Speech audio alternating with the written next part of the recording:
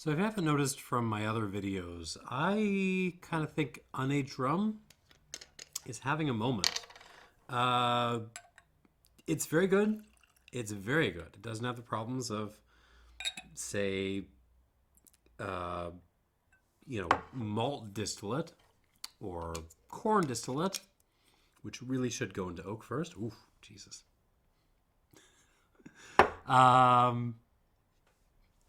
It doesn't have problems with collectors going after it so much. I mean, the people chasing after big H statements aren't to put in their sort of Raiders of the Lost Ark end of the movie warehouse are not after these because they don't really go into oak at all. And hey, if you buy it all up, the distilleries can just make more. I mean, it's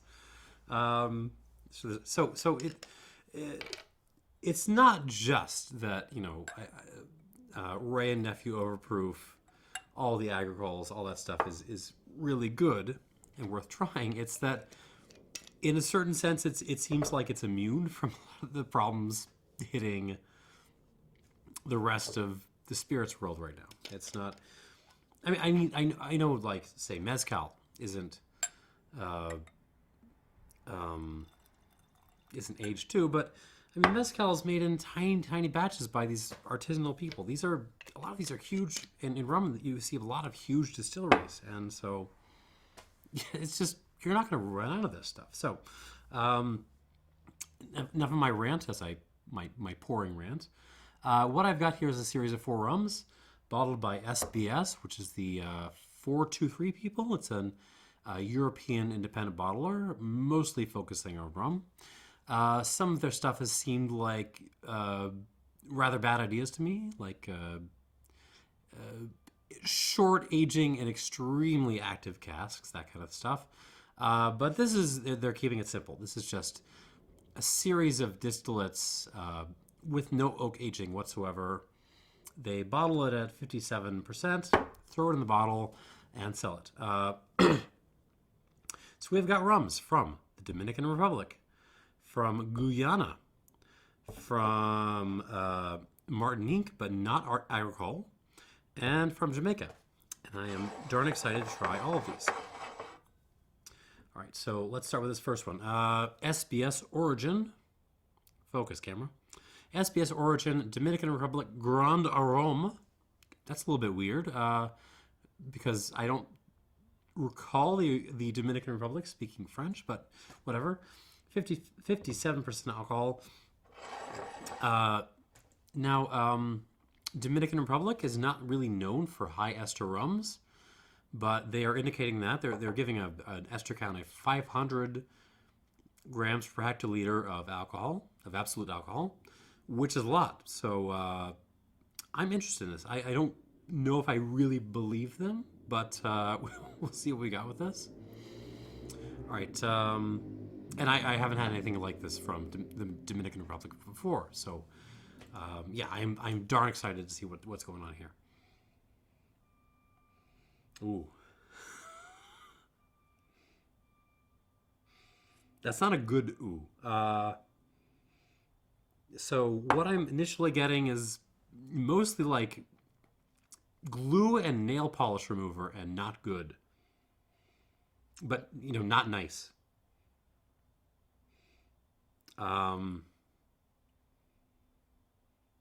Yeah, a lot of ethanol in this, just raw ethanol, but really it smells chemical. Like it smells like sort of some kind of denatured alcoholic thing you would get off the shelf at an Ace Hardware or maybe a Walgreens or something. I'm trying to get other things. There's a little bit of like a rubber cement thing happening.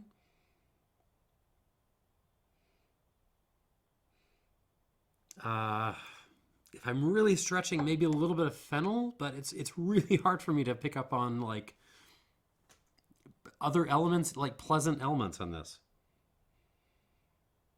Yeah, this is on the nose at least not my favorite thing. We shall see what happens on the palate, and after I add water to this. On the palate,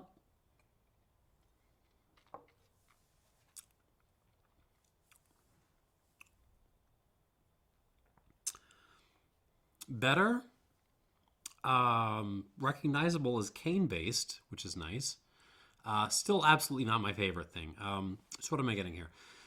There's a fair amount of cane syrup kind of character going on here. I don't know if this is molasses-based or cane syrup-based or what, but I'm getting a fair amount of cane, just straight up Steen's cane syrup.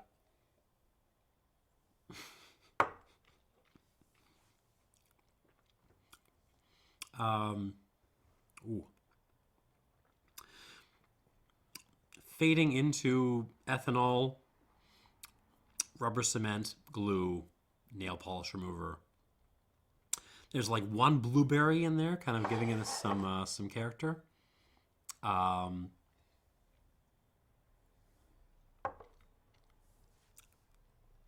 Yeah, that's. Ooh. I've had worse. I have definitely had worse, but it's really, really not my favorite thing. Wow. Here I am building up unaged rum as a category to start with, and this is where we go first. I'm going to add a couple squirts of this. Maybe it will improve with water. We'll see. 3, 4. I'm going to guess this will need 5.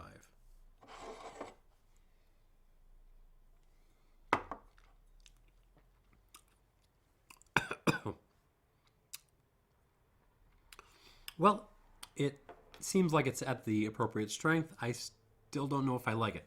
Okay, let's move on. Let's move on as quickly as possible. Oof. Grande Rome. Wow, okay. Okay, next up is something I'm very excited to try. Port Mourant from Guyana. Now, Port Mourant is the famous wooden double pot still at the Diamond, now located at the Diamond Distillery. One of the arguably the most famous pot still in the world, and one of the oldest as well. Now this, I know some friends of mine have had this, and it's been extremely divisive. So I'm curious to see where I fall on this. So pot distilled, molasses-based, double wooden pot still, bottled also at 57% alcohol by volume. Or, if you're British, bottled at proof, at full proof. Much more interesting on the nose already.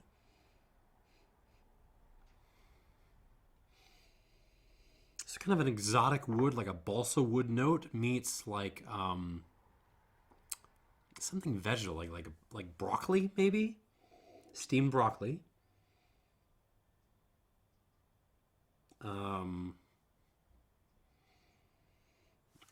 So a little bit of brininess, a little seawater, licorice, black licorice.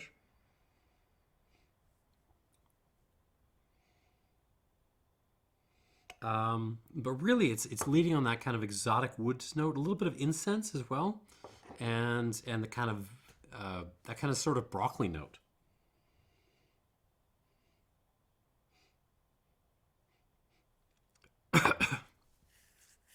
It's really interesting. It feels like this feels like something where the fermentation wasn't very long. I can't imagine this was fermenting more than a couple of days tops. 2-3 days maybe. But the nature of the still feels like it's adding most of the character here.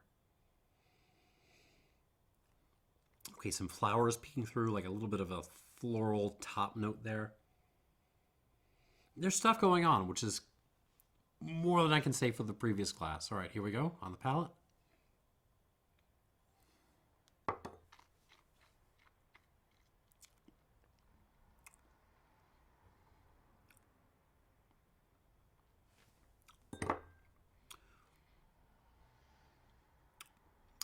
Honestly, I'm a bit puzzled as to why this is so divisive. I actually find this, it's not spectacular, but I find this very pleasant, and I'm not sure why this would get so much love or so much hate.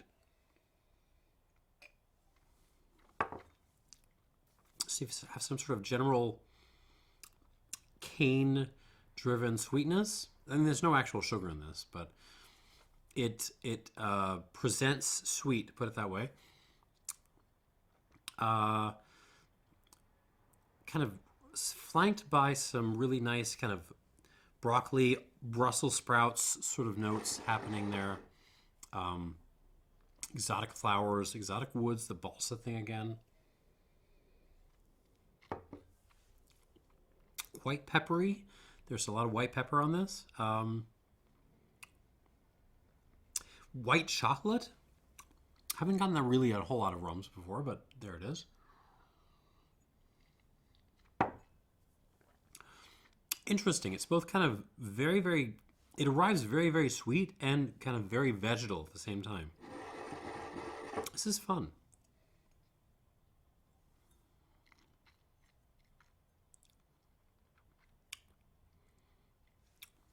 Nice, long, kind of grippy finish. Kind of some... actually, the more I pay attention to the finish, it's very peppery, but there's also some kind of like briny notes hinting... showing some hints there. 2, 3, 4, 5.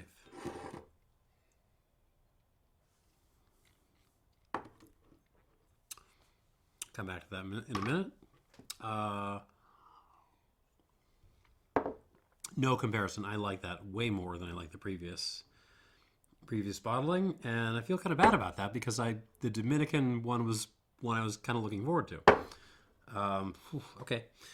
All right, next up, French Antilles Grand Arome.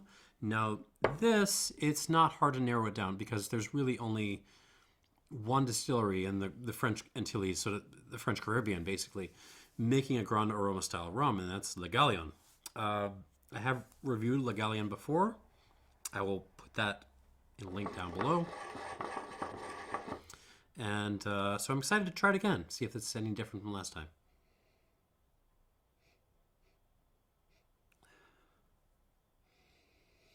No, it reminds me a lot of the last time, which is not a bad thing because I really enjoy this profile. It's very savory. It's there's a clay element to this, yeah, like just muddy clay stuff, like river clay happening. Meets something fruity. It's like a papaya kiwi sort of note. It really just smells like cane fruitiness more. But if I had to put a name on it, it would be papaya and kiwi. And then there's a savory thing, which is like, you know, the cheap, the Maggi, the cheap chicken bouillon things. That's, you know, that sort of marinated in hot water is kind of what, so Maggi broth is kind of what this smells like.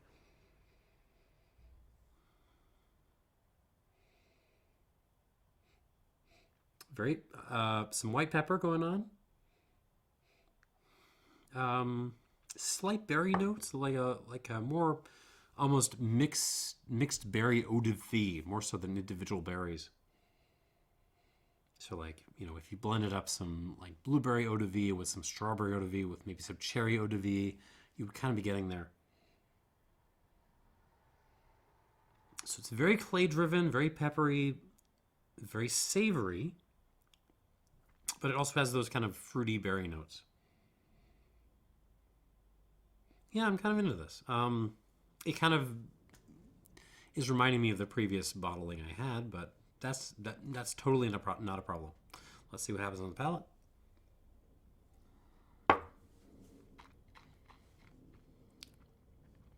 Oh.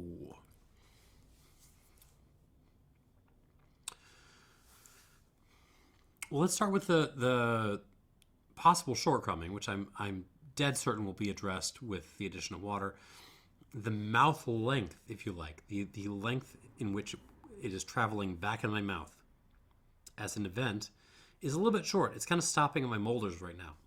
I am guessing when I add water that will be that will sort of resolve itself, but right now it's pretty short in my mouth. The finish is pretty impressive and pretty long though. This is very fruity in the mouth. Mixed berries, blueberries, cherries, strawberry.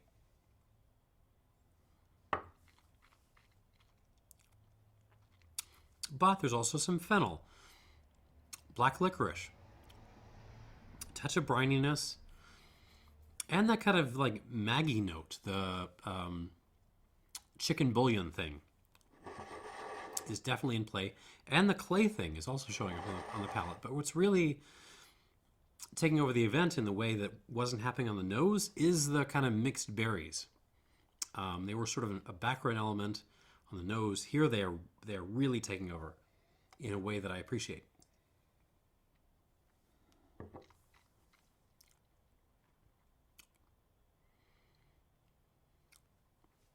Yeah, I'm really into that.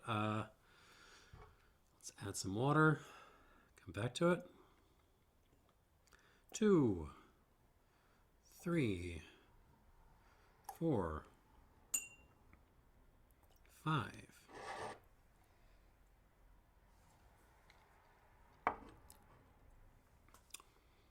See what happens with that. What I'm hoping will happen with the Galion there is an improvement in the mouth leg. I really want this to kind of go back and start attacking my throat a little bit. We'll see what happens though. All right, moving on to our last entry. I kind of ordered these in what I anticipated would be order of like intensity. And I guess nothing would be more serious in that regard than this. TECA, TECA, from Jamaica. So this is from Long Pond. I had a cousin of this bottling a little while ago, and I will link that up. It was bottled a little bit stronger than this, and it was also a little bit cheaper. But you know, no major complaints there. I mean, Unaged Rum is still really, really kind of a bargain for where it is. So this is very, very high ester, Trelawney style Jamaican rum from Long Pond, is what it basically is. On the nose. And it basically smells exactly like the previous TECA, if you like, that I had.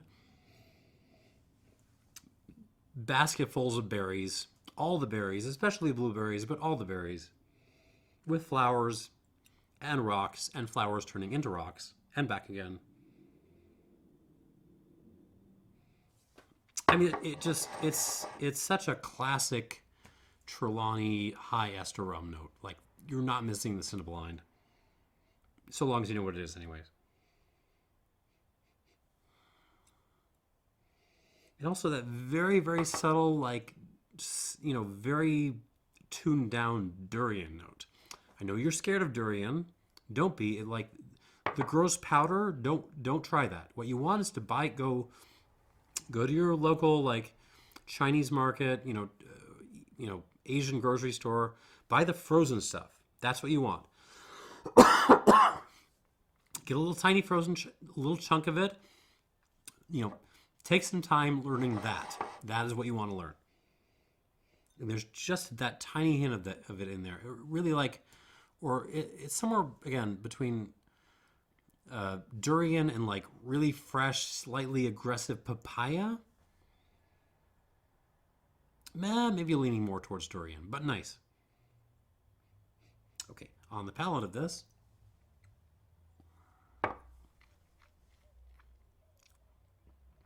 Oh, goddamn, that's good. A little more peppery than the last TECA that I had, at least on arrival, but very, very much in the same kind of stylistic vein. Follows from the nose. Flowers, rocks, flower rocks, and everything in between. All the berries. Brininess.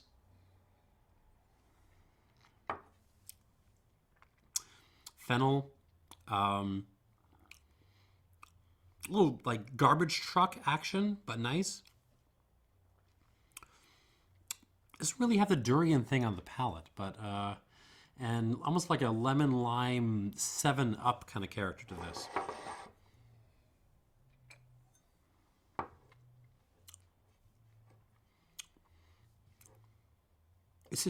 It's just an amazing distillate, was what this is. I would not be at all surprised if it was just basically the same batch as the one I tried before. So we're going to add some water to this. Come back to it.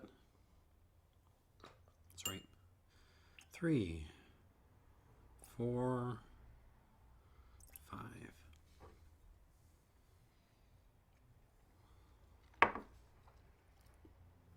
All right. Let's go back through these. All right. Come on, Dominican Republic. This is your chance. This is your moment. Come from behind. Nope. I don't think it's happening. Those fun, not so nice nosing notes from before have mostly receded now. There's still a little bit of nail polishy glue stuff happening, but really mostly what I'm nosing is just kind of like cheap ethanol. It doesn't smell great. It doesn't smell super appealing. I'm trying to think of nice things to say. It just, I don't know, y'all. I don't know. It's the palate was nicer, so let's see what happens on the palate. The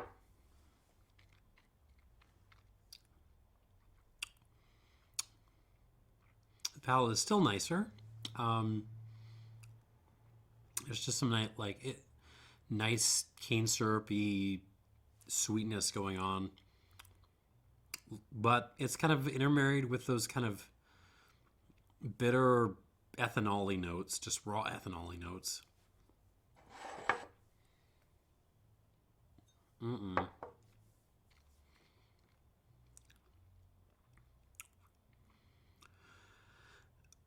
Ooh. Yeah, not today, guys. Not today. I'm gonna give this, like, I'm in my brain. I'm looking for like complexity here. I mean, there's certain sweetness, which is nice. It's not unpleasant, but it's just it's very basic. It's not bringing a whole lot of complexity to the table, especially once you add water, which is a bad sign. I'm not going to tank this. It's drinkable, especially with water. It's not ruining my day. It's not crashing my palate. It's not causing physical harm. So I'm not going to totally put this in the toilet, but I am only going to give it 68 points. 68 points for the S.B.S. Origin Dominican Republic Grande Aroma. And that breaks my heart a little bit because I was really looking forward to this one. All right, moving on. Back to Guyana and Port Mourant. See what happens on the nose. With water, not a whole lot of development happening on the nose. It still has that kind of like exotic wood meets broccoli meets, incense meets cane syrup really thing. Or not cane syrup, like light style molasses, like baking molasses.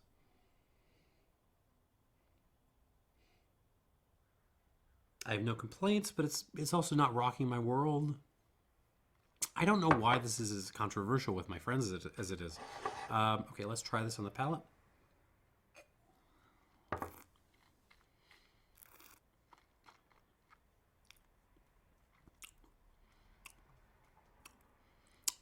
Exactly the same as before. There's maybe a little bit more minerality coming out. Some more rocks, some more pepper. But otherwise, it's got a very similar profile. Cane, Brussels sprouts, rocks, broccoli. Little like of a kind of sweet tobacco note, like a black Cavendish kind of note.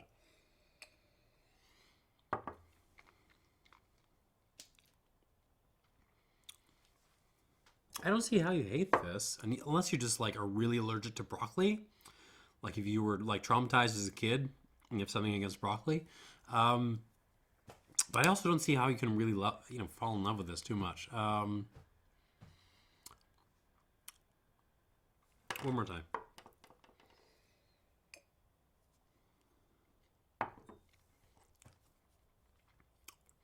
I do like the mouthfeel a little bit better with water, so I'm going to give this 83 plus out of 100.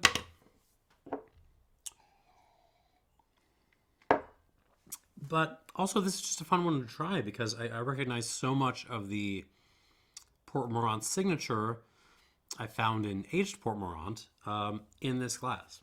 Like this is like now I know. Oh, okay, that's where those notes are coming from. Moving on though to the French Antilles Grand Arome from Le Galion, which is like if you look at the description on rombo.dk, which sells this stuff, they're describing this as double wooden column still distilled, which I have my doubts about. I don't think Le Galion is using double wooden column stills, and I can't think of anyone else that is aside from Diamond, and Diamond is not in the French Antilles, so I don't know what's going on there. Anyways, let's see what's happening. Yeah, the mixed berries have really taken over, and really now it smells. It's like it's more of a stewed berries approach. So it's more like you took those berries from the basket from before, you dumped them in a pot, you turn the heat on, add maybe a little bit of water, and now you're just kind of stewing them up. Maybe make like berry sauce. But then you threw some like some seawater and black licorice and sheep chicken bouillon in there as well. And that's really what I'm getting on the nose here. Oh, plus the clay thing. The clay thing is definitely still here. It's a little more peppery on the nose as well. Yeah, I just like this signature. I like Le Galion's signature. I like the distillery, and I wish more of their stuff was around. It's such a fun distillery, and just like the rum itself is fun. I would love to see this aged a couple of years in like French oak or something. I think it would be good. Would love to see more of this stuff. Okay, let's try it on the palate.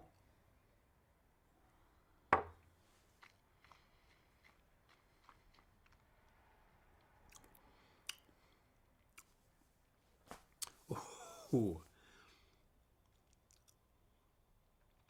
So first of all, I'm getting what I wanted. The mouth length thing, how far is it's extending back in my mouth. That has improved. Now it is kind of attacking my throat in the way that I was hoping it would. So I am very happy camper. I'm going to up the score for that.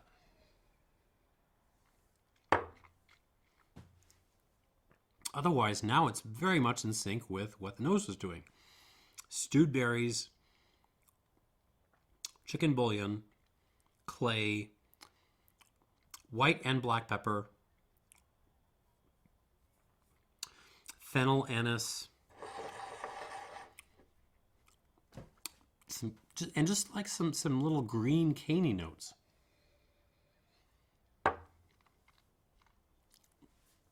This is awesome. I really like the signature. Gun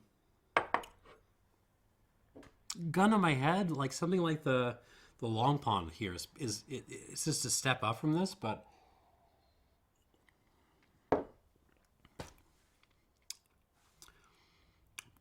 it's hard to argue with this. I mean, this is just really, really good.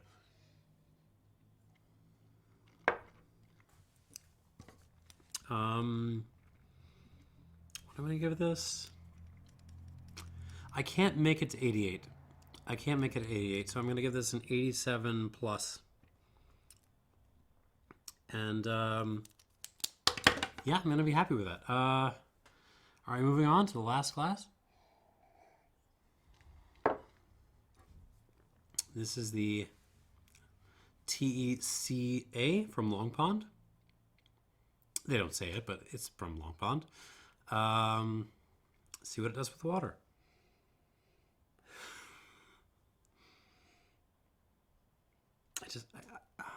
I love these rums. I really, really love that high ester Trelawney signature. I mean, it doesn't really develop, but it also doesn't really need to. I'm just enjoying this nose as it is. The berries, the rocks, the flowers, the durian. It's fantastic. It's fantastic. And it's all there, and I love it. On the palate.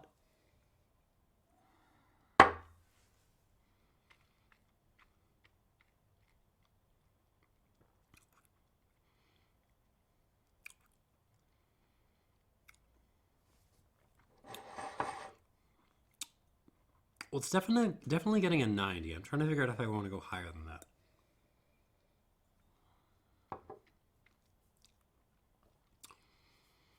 All the stuff on the nose. There's also like a garbage plus Smarties candy thing happening now. Nice garbage.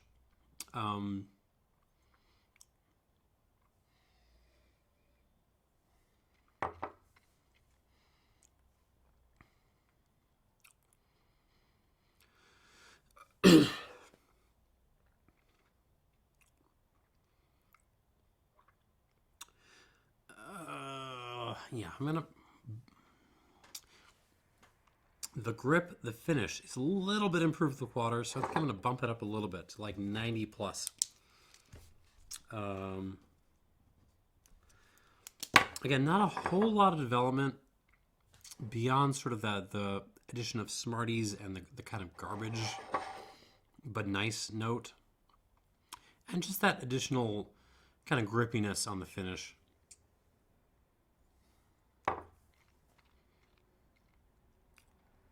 And I've just noticed with that score, we've now got like just basically a linear sequence with the scoring, which is really annoying because I didn't expect and didn't want it to work out like that. But here we are. The Dominican Republic one, 68 points. I don't hate it, especially on the palate. I don't hate it, but I see no reason to really chase after this one. I don't see it. The Guyana, the Port Mourant, is very nice. It's an 83 point rum, 83 plus. I'm sorry, but it's. I don't know, I would love to see this distillate with a little bit more fermentation time. Give me like a week's worth of fermentation rather than like 2 or 3 days, and I think this would be really interesting. But for right now, yeah, 83 plus. And the Le Galion, 87 plus. And the Long Prawn, the TECA, that wins the day with the 90 plus. Fun little lineup here. And hopefully opening some eyes to unaged French rum, unaged rums in general, I hope. Thanks for watching and cheers.